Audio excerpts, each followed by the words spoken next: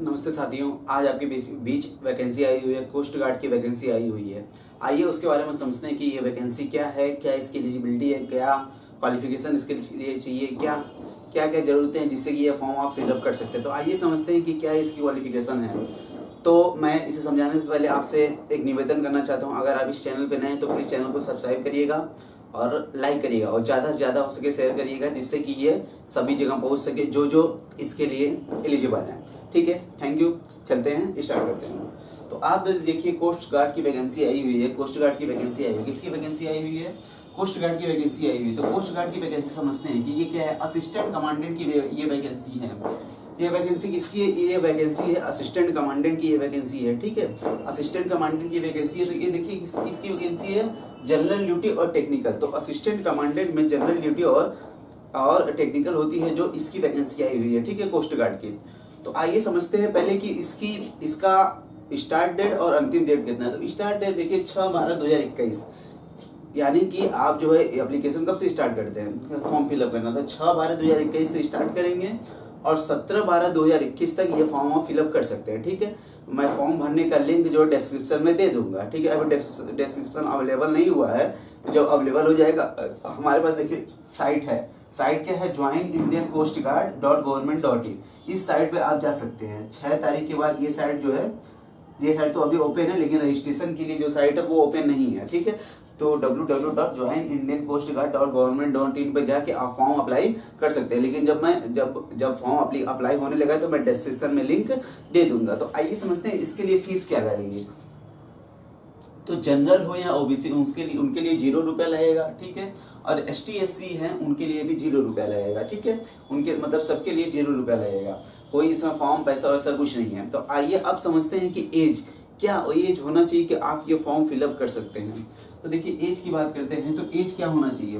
तो एज जो है आपका 1/7/1997, मतलब कि आपका जो बर्थ डेट है 1/7/1997 के बाद पहले का नहीं होना चाहिए। ठीक, डेट ऑफ बर्थ आपका 1/7/1997 के पहले का नहीं होना चाहिए और 30/1/2001 के बाद का नहीं होना चाहिए, तभी ये फॉर्म आप फिलअप कर सकते हैं। आप अपने हाई स्कूल के रिजल्ट में देख लीजिएगा आपका क्या डेट ऑफ बर्थ है। ठीक है, उसके अनुसार आप ये फिलअप करेंगे।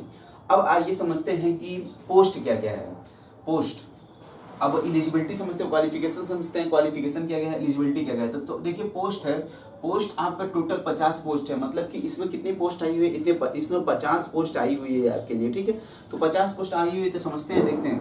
आइए देखते हैं कि पोस्ट में क्या क्या है। तो पोस्ट देखेंगे हम, कैटेगरी देखेंगे, टोटल देखेंगे, एलिजिबिलिटी देखेंगे। ठीक है, तो पोस्ट में देखिए असिस्टेंट कमांडेंट में जनरल ड्यूटी। तो जो असिस्टेंट कमांडेंट है उनमें जनरल ड्यूटी जो है, जनरल ड्यूटी का जो पोस्ट है उसमें क्या है, उसमें देखिए इसमें डिवाइड किया गया है। General, OBC, EWS, SC ST में डिवाइड करके सीट का रिजर्वेशन रखा गया है। तो जनरल में कोई भी जा सकते हैं, यानी जनरल के लिए 12 सीट रखी गई हैं, ओबीसी के लिए 6 सीट रखी गई हैं, ईडब्ल्यूएस के लिए 1 सीट रखी गई हैं और SC के लिए 5 सीट रखी गई हैं। ठीक है, और ST के लिए 16 सीट रखी गई हैं। ठीक है, और इसके लिए एलिजिबिलिटी, तो आइए देखते हैं इसके लिए एलिजिबिलिटी क्या है। तो एलिजिबिलिटी देखिए यहाँ पे एलिजिबिलिटी क्या है। तो एलिजिबिलिटी है आपका स्नातक आपका 60 डिग्री। आपका स्नातक जो है 60 डिग्री से पास होना चाहिए, तभी आप ये फॉर्म फिलअप कर सकते हैं। स्नातक आपका क्या होना चाहिए? 60 डिग्री से फिलअप होना चाहिए। स्नातक आपका क्या होना चाहिए? 60 डिग्री होना चाहिए। और 10+2, और जो आपका 10+2 है वो जो है फिजिक्स और मैथ के साथ होना चाहिए और 60% के साथ पास होना चाहिए। आपका जो है स्नातक 60 डिग्री से होना चाहिए, 60 डिग्री होना चाहिए। और 10+2 आपका मतलब कि 12 है, वो 10+2 है जो फिजिक्स और मैथ्स के साथ 60% के साथ पास होना चाहिए। ठीक है, और देखिए इसमें फिजिकल एलिजिबिलिटी भी मांगी है, कुछ फिजिकल एलिजिबिलिटी मांगी है। तो मेल के लिए 157 सेंटीमीटर लंबाई होना चाहिए और फीमेल के लिए 152 सेंटीमीटर लंबाई होना चाहिए। और चेस्ट की बात करें तो फीमेल मांगता नहीं है, मेल के लिए चेस्ट जो है 5 सेंटीमीटर का एक्सपेंशन होना चाहिए, तभी ये आप फॉर्म फिलअप कर पाएंगे असिस्टेंट जनरल ड्यूटी का। ठीक है, अब आइए असिस्टेंट जनरल टेक्निकल का देखते हैं। तो असिस्टेंट जनरल टेक्निकल ये है आपके सामने, असिस्टेंट जनरल टेक्निकल का। तो इसमें देखिए जनरल के लिए 4 सीट है, ओबीसी के लिए भी 4 सीट है, ईडब्ल्यूएस के लिए कोई सीट नहीं है, SC के लिए 2 सीट है, ST के लिए 1 सीट है। तो इसमें देखिए ये सीट का बंटवारा हो गया, रिजर्वेशन हो गया। ठीक है, अब आइए देखते हैं डिग्री और डिप्लोमा रिलेटेड ट्रेड। और अगर असिस्टेंट कमांडेंट टेक्निकल में जो है रिलेटेड ट्रेड में आपका डिग्री या डिप्लोमा होना चाहिए, ठीक है। रिलेटेड ट्रेड में क्या होना चाहिए, आपका डिग्री या डिप्लोमा होना चाहिए, तभी आप फॉर्म फिलअप कर पाएंगे, ठीक है। तो इसमें जो है, इसमें भी 10+2 वो है, जो डिग्री और डिप्लोमा है रिलेटेड ट्रेड में, वो भी 60% से ही पास होना चाहिए, 60% से ऊपर से पास होना चाहिए, तभी ये आप फॉर्म फिलअप कर पाएंगे। इसमें भी क्या होता है 10+2 में आपका फिजिक्स और मैथ 60% के साथ पास होना चाहिए, और 10+2 में फिजिक्स और मैथ होना चाहिए, ठीक है, तभी आप फॉर्म फिलअप कर पाएंगे। इसमें भी देखिए फिजिकल एलिजिबिलिटी वही है, मेल के लिए हाइट जो है 157 सेंटीमीटर यानी 157 सेंटीमीटर, और फीमेल के लिए 152 सेंटीमीटर, और चेस्ट जो है मेल के लिए 5 सेंटीमीटर एक्सपेंशन, यानी कि सांस अंदर भरने में फेफड़े में एक्सपेंशन 5 सेंटीमीटर होना चाहिए, तभी आप फॉर्म फिलअप कर पाएंगे। आइए देखते हैं सिलेक्शन प्रोसीजर क्या है। तो selection procedure short listing candidate percentage.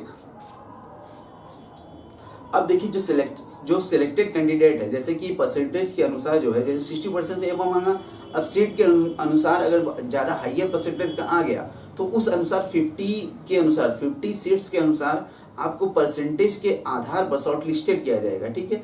Percentage के आधार पर शॉर्ट लिस्टेड किया जाएगा, वह 60 से एबव भी हो सकता है, मतलब ज़्यादा मतलब हाइयर परसेंटेज के स्टूडेंट मिल गए तो क्या हो सकता है, ज़्यादा भी हो सकता है, ठीक है। अब देखिए ये अगर शॉर्ट लिस्टिंग कैंडिडेट में परसेंटेज में है तो आपको बुला लिया गया, ठीक है। अब देखिए उसके बाद मेंटल एबिलिटी और पिक्चर परसेप्शन के लिए बुलाया जाएगा। अब देखिए जो शॉर्टलिस्ट कर लिया गया उसके लिए आपको जो है किसके लिए बुलाया जाएगा, मेंटल एबिलिटी टेस्ट करने के लिए बुलाया जाएगा, पिक्चर परसेप्शन के लिए बुलाया जाएगा, ठीक है, पिक्चर परसेप्शन के लिए बुलाया जाएगा, ठीक है।